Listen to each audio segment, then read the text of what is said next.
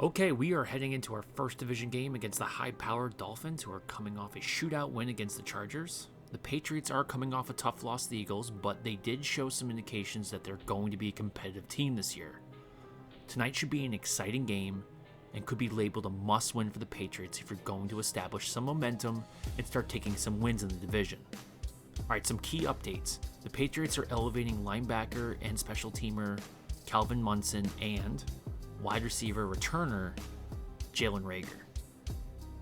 Now, I'm not surprised about Calvin. He seems to be a great special teams guy, and it'll be great to have him out there to give someone else some rest and add some depth at the linebacker level. Jalen Reagor is interesting. I'm assuming he's coming up for some special teams depth and possibly be out there for a return, but I also have to point out that Jalen can play perimeter wide receiver. I mean, he has a 42-inch vert and 4.4 speed. He's played the position before, both in college and at the professional level. Considering Parker's questionable, Thornton's still out, Kayshon Boutte needs some work on the boundary skills, Juju's not looking too hot right now. I mean, that only leaves really Bourne to be out there and Gesicki and Douglas to play out wide. Really, that means Bourne is the only guy really out there, because really that is only Bourne, if we really think about it, as the only guy we would actually like to see out there anyway. So Reagor is probably your next best bet at X, especially considering the other pass catchers are going to be needed in their primary alignments. I'm not saying we definitely see him out there, but don't be surprised if he's getting some snaps on a few of the squads today. Now, there's something else to be said about those two being elevated. It's the fact that the Patriots are not elevating an offensive lineman is interesting, considering that Trent Brown and City Sue had concussions, plus David Andrews had a hamstring concern coming out of the Eagles game. Furthermore, Cole Strange and Onwenu are still recovering from their ailments, and they were limited at practice this past week. I was expecting Jake Andrews to get the nod to be there for guard and center backup, but I guess Bill Belichick is good with what we have right now. Now, we must point out that none of those guys have been ruled out so far. Therefore, it's possible we do see Trent Brown, Cole Strange, David Andrews, Onwenu, and Calvin Anderson out there. But we could be seeing Vidarian Lowe at left or right tackle, with Calvin playing the opposite tackle position. Mafi could be at left. Maybe Wheatley gets some snaps at guard or something. I mean, I think it's safe to say the Patriots need either Trent Brown or City Sue to be good to go. And at least probably either Cole Strange or Onwenu ready to go too. Maybe not all four, but basically two of those guys need to be ready to go. I would say thankfully we have options and plenty of combinations to be out there.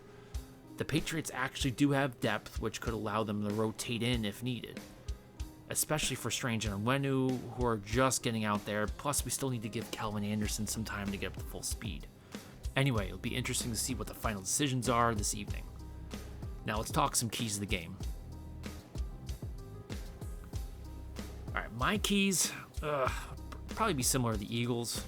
Gotta limit the mistakes, obviously the turnovers, penalties, and the game management that hurt us in the last game, so that's my primary reasons for losing. My primary reasons for losing against the Eagles. Another thing that's returning is get the tight ends going. It did work last week, got some pressure on the safety and the linebackers. That has to happen again. It's going to open up the underneath routes, all the crossers. Need those guys to pressure the top. Got to keep Mac upright. Worked out for most of the game last week, and I think that's one of the reasons why they were still in the game at the very, very end. That's obviously going to come down to offensive line performance, play calling, and Mac getting rid of the ball. Next, a new one coming in, which is very important, I think, this week, is the run game has to dictate. The Patriots don't want to get in a shootout, so you're going to have to grind that clock down. You're going to have to hold possession. Both Ramondre and Zeke need to get lots of touches, either both in rushing or lots of targets in terms of screens. Next, got to prevent the big play on defense. That's obvious. Waddle and Hill thrive off that, and so does the Dolphins offense. You prevent those big plays, force them to really grind it down the field. I think that'll be key to preventing them from establishing a lot of momentum and hopefully keep us in the game. In addition to that, you got to get to Tua. That'll also help prevent the big play, but if you can get Tua rattled, the whole offense will probably be out of sync. And again, just stressing out the last one, you can't get into shootout with the Dolphins. You got to limit Hill and Waddle to shorter passes. Got to get to Tua. Even if you're behind, you can't be going 1-for-1 with the Dolphins today. All right, now some internal concerns. Obviously, the offensive line is number one for me. It's not just the injuries, but the performance. These guys have to play well today. We don't know about it. We don't know who's playing. Not only do we have to protect Mac, but we got to give him enough time, right? But then the big thing is if Zeke and Ramondre are going to have big games, it's going to start with the offensive line. So that's what I'm going to be keeping my focus on early on in the game. Another major concern that I haven't mentioned yet is Jonathan Jones with an ankle injury. It seems like he's been battling an ankle injury all week. We have no ruling yet if he's going to be playing tonight, but if he's out, I think we're in trouble. And we're also, I think, to a certain degree in trouble even if he's there because it's probably not 100%. There's an issue because after Gonzo, there's Jonathan Jones, those two guys you want to have on Hill and Waddle. And then after that is, what? Jack Jones? Marcus Jones? Mills coming into play? Not that those guys can't do it, but that defense is going to be a lot better if you can have both Gonzo and Jonathan Jones out there on those two guys. And then, again, just reiterating, you can't get behind early. You can't be in a shootout with these guys. It can be competitive. You don't have to be blowing them out in the first half. You can't be down big going into the half. All right, so now my predictions. I took a fairly bold prediction and went with the Patriots actually winning the division this year. So I am going to go with a 24-17 win for the Patriots. Looking at Mac, probably like 2 touchdowns and probably 1 rushing touchdown between Zeke and Ramondre. Interesting one I'm going to add to this one today is Rager gets some snaps at wide receiver. All right, so just to recap some things, we got to keep an eye on the offensive line, who's starting, how they're playing. Other thing is Jonathan Jones out there, and who's matching up on Hill and Waddle. After that, I would say turn your attention to both Ramondre and Zeke.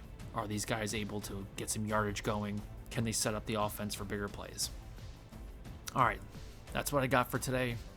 Again, looking for a 24-17 win for the Patriots. Decent game overall for the offense, and defense is just in a serious bend, do not break. Don't let anything get over the top, and hopefully just cause some turnovers. All right, well, I hope you guys enjoyed the game, and if you like the content, please like and subscribe. And as always, thanks for watching.